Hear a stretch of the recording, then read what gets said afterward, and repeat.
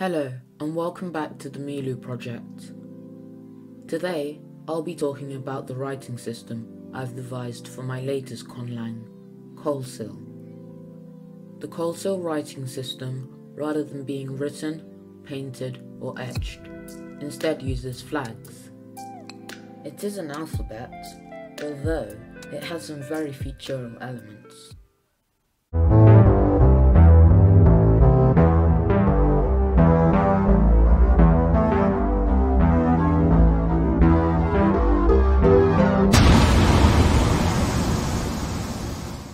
First, the people weave wooden fibres together into big sheets.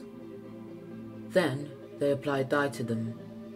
After that, the sheets are cut into several pieces and stored until they are needed.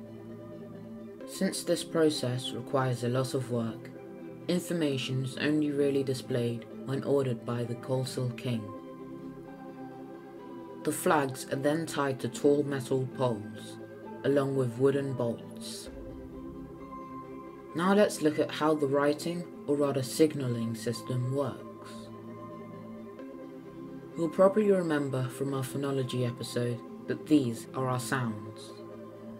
On the left are our manners of articulation, and on top are our places of articulation.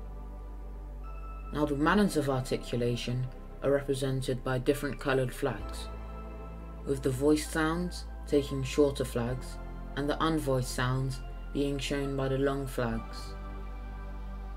And for the places of articulation, wooden bolts of varying orientations are used. So if you want to make the sound t, you would use the perpendicular wooden bolts followed by a long red flag. But this writing system isn't perfect.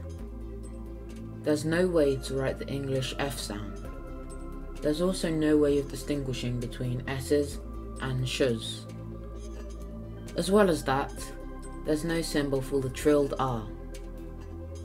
But English too has problems like this. For example, all these are sounds in their own right, yet they are represented by two letters. This phenomenon is called digraphing. In Kolsil, the F sound is marked as a bilabial fricative instead of its true labiodental pronunciation. As for the trilled R and sh confusion, there is no distinction between these sounds, so they use the same symbols. Vowels in Kolsil are represented by larger flags and are painted different colours to distinguish between them. As for the orthography, there is only one word per pole, except when using some grammatical affixes. Words are written from bottom to top, then from left to right, and obviously there is no capitalization. Due to the weather, these flags can only be used once or twice, so generally people only write really important things, because dye is expensive. Anyway, that's all for today. I hope you enjoyed this episode, and I'll see you next week.